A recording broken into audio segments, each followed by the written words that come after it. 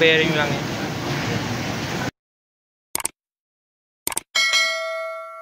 Yo, hello mga kaboss amo and welcome back dito sa ating YouTube channel. So ngayon nga pala ay magpapalit tayo ng transmission bearing dito sa ginagawa nating automatic na motor. Sobrang ingay kasi nung kanyang gulong dito sa bandang likod. So pagkaganyan kasi mga kaboss amo, minsan ang nagiging issue dito is yung mga bearing sa kanyang transmission. Minsan nasisira na sila gawa ng natubigan or minsan naman nawalan sila ng mga langis, ng mga gear oil. Kaya napaka-importante nung pagpapalit natin palagi ng gear oil sa transmission kapag mga automatic yung motor. So pakinggan natin yung ingay ng motor niya.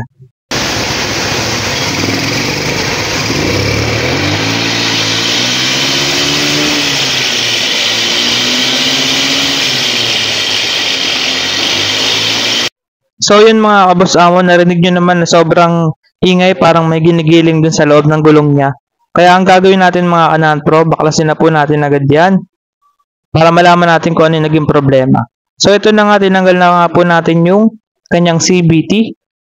At ito mga kaboss amo, nakita na po natin agad yung naging problema dito sa motor. So mapapansin nyo, umaalog yung kanyang transmission. Katulad ng iniisip ko mga Kanan Pro mechanic.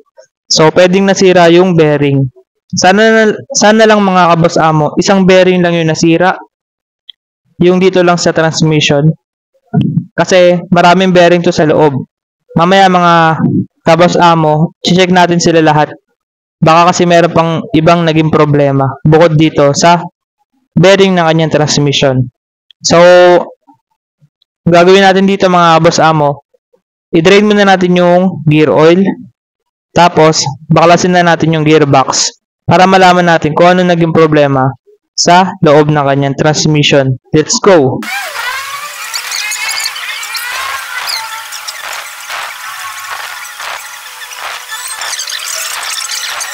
So, ito na mga kaboss amo. Binabaklas na po natin yung gearbox. Natanggal na po natin lahat ng mga bolts. So, yan. Medyo na-stack up na po siya mga kaboss amo, kaya mahirap siya tanggalin. Pero gagamitan natin siya ng flat screw para mabaklas po natin. So yan mga kaboss amo, nabaklas na po natin yung gearbox. At ito na po yung mga parts sa loob.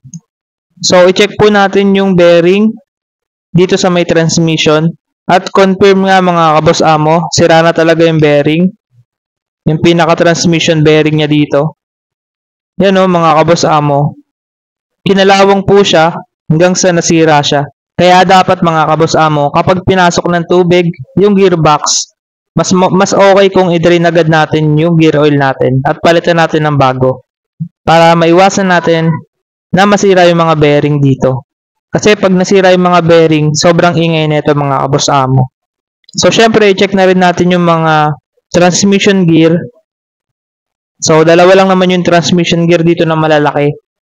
I-check lang natin yung mga ngipin niya kung okay pa yung condition. Baka kasi meron nang nabungi, meron nang na-damage. Kaya dapat i-check din natin isa-isa. So, yan. Upon checking mga kaboss amo, goods naman yung mga ngipin ng kanyang transmission gear. Wala naman naging problema. So, yung bearing dito sa may transmission, sa may bandang gulong niya, chinek din natin kung meron ng alog at kung meron na rin siyang umiingay. So yan, okay naman siya mga kaboss amo, wala namang umiingay dito. Wala rin naman siyang alog na sobrang lakas. Kaya tingin ko okay pa yung bearing dito mga kaboss amo. So swerte ng may-ari nito kasi isang bearing lang yung nasira. Itong mga bearing dito, okay pa yung condition. Maganda pa mga kaboss amo. So, ito naman mga kaboss amo, yung kapartner ng gearbox. So, check rin natin mga kaboss amo, yung mga bearing dito. Kasi sabi ko sa inyo kanina, maraming bearing sa kanyang gearbox. So, yan mga kaboss amo. Chinek ko lahat ng mga bearing dito. Wala naman naging problema, wala namang umaalog, at wala rin namang kinalawang. Yun lang talaga yung naging problema yung isang bearing dun sa may transmission. Kaya yun lang yung papalitan natin dito mga kaboss amo.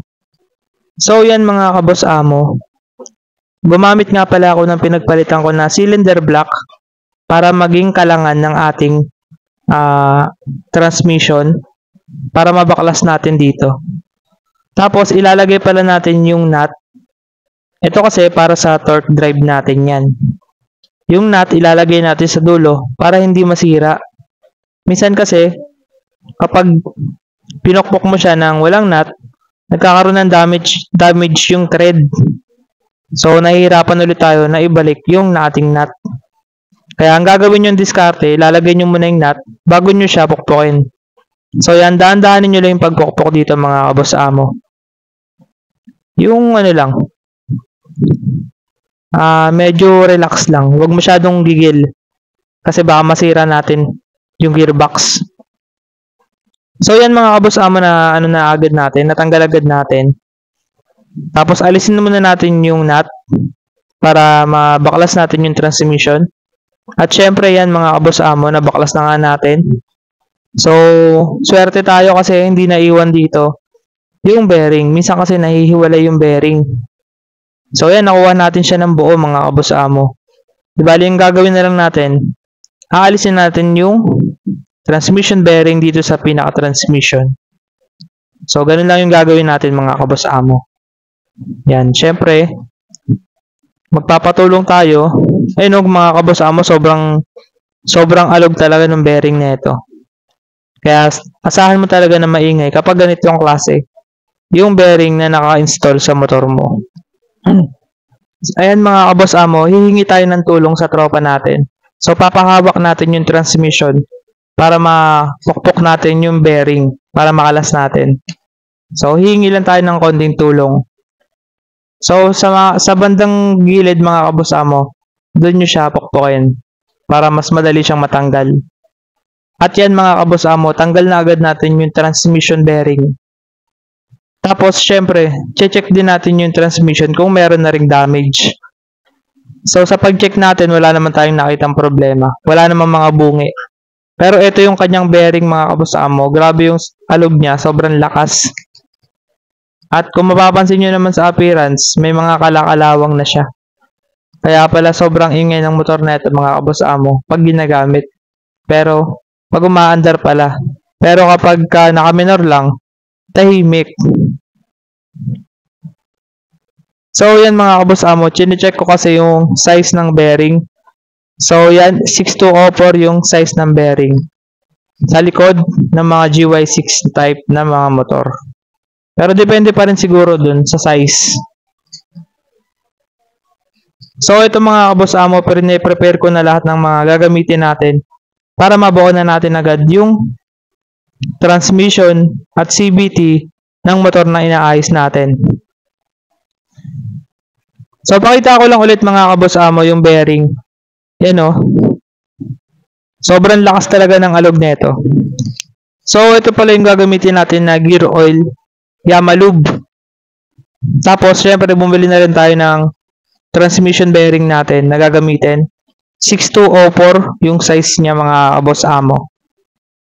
So yan mga kaboss amo, binuksan po natin. At ito na nga yung 6204 na bearing. Mamaya ipapalit natin yan. Syempre bumili rin ako ng gasket na pang GY6 para sa transmission. Kasi kapag nagbubukas tayo ng mga transmission, lalo kapag stock, nasisira po yun mga kaboss amo. So mga kaboss amo, bago po natin i-assemble lahat, dapat malinis na po yung transmission gear tsaka yung mga transmission bearing dito sa kanyang gearbox. So gamit lang po tayo ng gasolina para malinis natin po lahat yan. Okay mga kaboss amo, babalikan ko kayo kapag nalinis na lahat.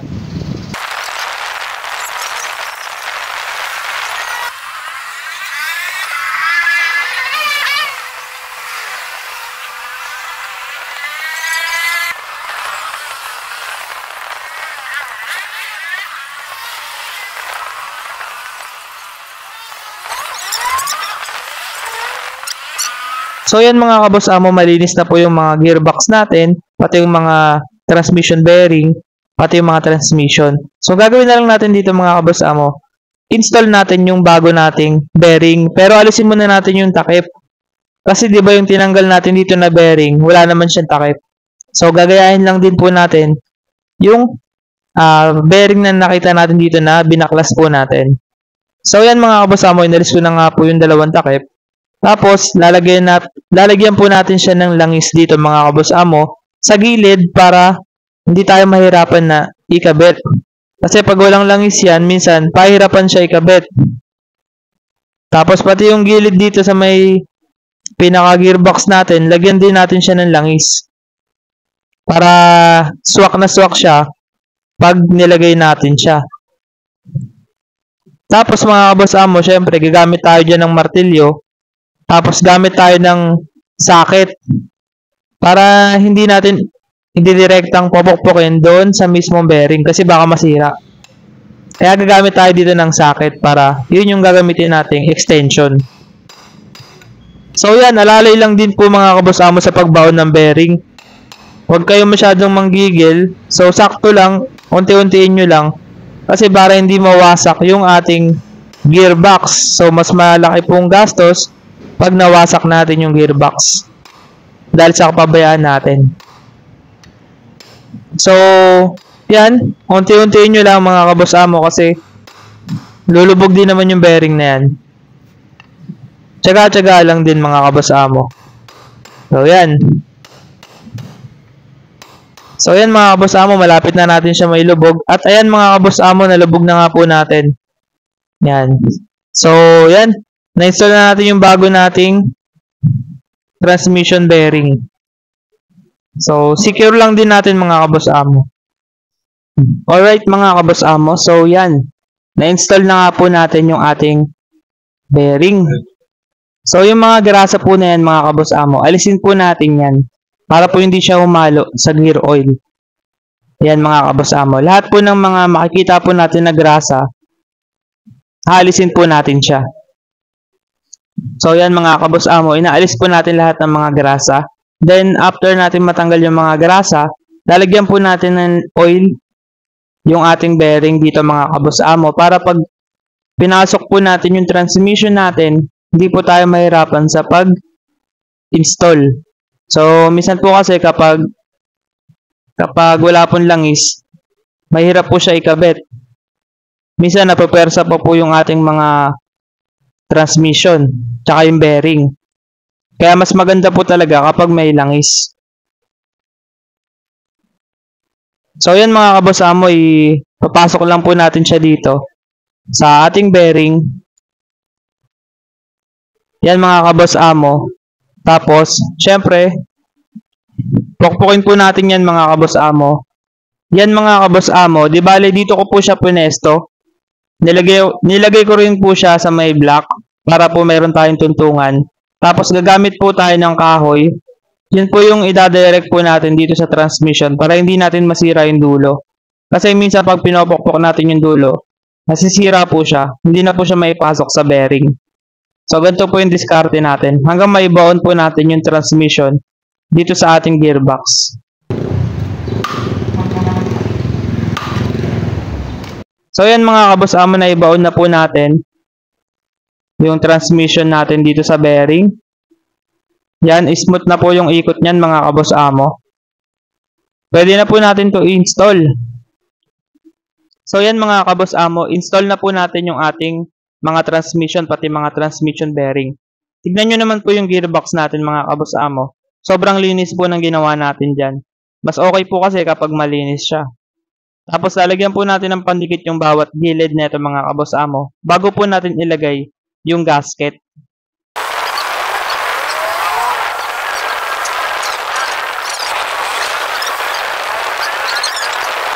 Alright mga kaboss amo, so install na po natin yung gasket.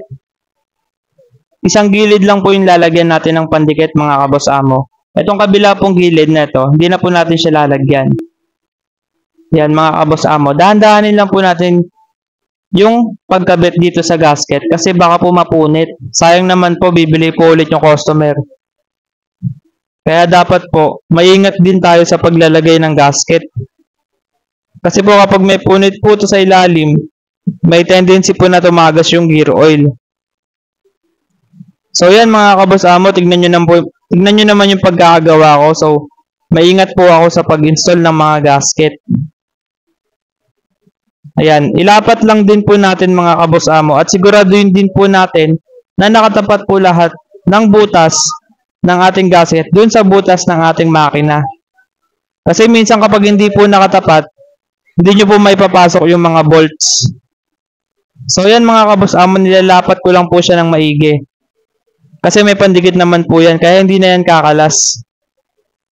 Yan, para malinis po yung pagkakabuo natin sa makina. So yan mga kaboss amo, pwede na rin po natin ngayon install to. Yung transmission, pati yung mga gear. Kasi meron na rin po naman siyang gasket. Yan mga kaboss amo, install na po natin sila. Unahin po natin tong transmission gear. So lagyan din po natin ng langis yung bawat dulo para hindi po tayo mahirapan na ipasok. Yan mga kaboss amo, naikabit ko na po itong isang gear. So next naman po yung malaki. Yan mga boss. So syempre bago po natin ilagay, lagyan din po natin ng langis yung transmission. Yan mga boss. So pwede na rin po natin siya ikabit para smooth po lahat ng mga gear. So yan mga boss, next naman po natin itong pinaka cover ng ating gearbox. Lagyan din po natin ng oil lahat ng mga dulo ng transmission at sa mga loob ng bearing, lagyan po natin yan ng langis para smooth na smooth po pag pinasok natin. Solid yan. Tapos lagyan din po natin ng oil. Ito mga boss, yung mga dowel pins. Kasi minsan, kinakalawang siya, mahirap siya baklasin. Para hindi rin po tayo mahirapan sa pagtakip na itong gearbox na to. So yan, syempre mga boss amo, dahan-dahanin lang din po natin. Tapos, samahan nyo na rin ng pokpok ng kamay. Yan, dahan-dahan lang din po yan mga boss amo. Hanggang sa pumasok lahat ng mga butas ng dowel pins dito sa gearbox. So yan mga boss amo. Alright na. Pwede na rin po natin ilagay lahat ng mga bolts.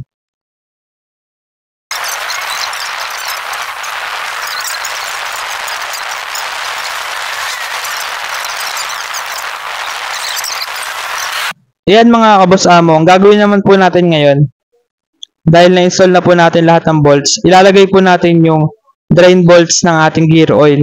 Tapos syempre mga kaboss amo, higpitan din po natin ng maayos. Huwag naman po sobrang higpit, baka ma-lost thread. Tapos ilagyan na rin po natin siya ng gear oil. Kapag mga GY6 pala mga kaboss amo, kailangan mo siyang itagilid para hindi ka mahirapan lagyan ng gear oil sa loob. So yan mga kaboss amo, after natin ilagay yung gear oil, syempre ilagay natin yung bolts para hindi tumagas yung ating gear oil. Tapos higpitan lang din po natin ng sakto.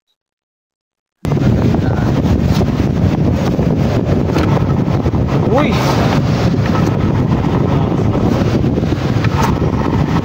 Nalaman natin yan pag umandar. Unang CVT. Ay, dami na. Sing natin guys. Kung maingay pa o hindi na. Parang mag-half day na naman tayo.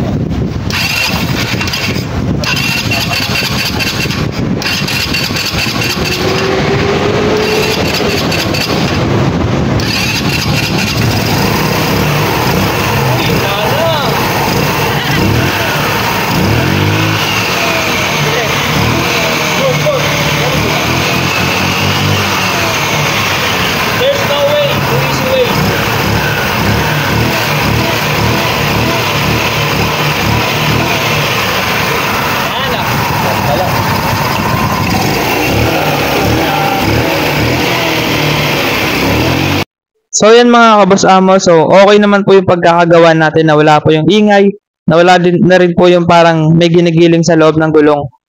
Yan mga kabos amo, sobrang smooth na po nung andar niya. So kung nagustuhan nyo pala itong mga kabos amo, pahingin naman po ng like, tapos share na rin po at mag-subscribe na rin po kayo kung di pa kayo nakasubscribe.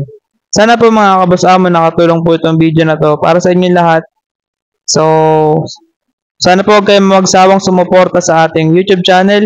At syempre mga kabos amo, shoutout po sa inyong lahat. Sa lahat po ng nakasupport.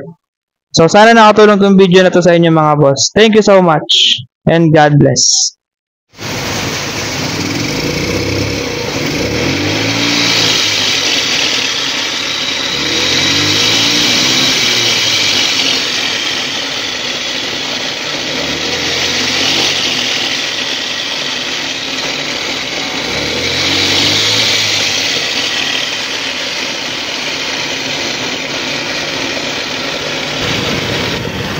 Sana.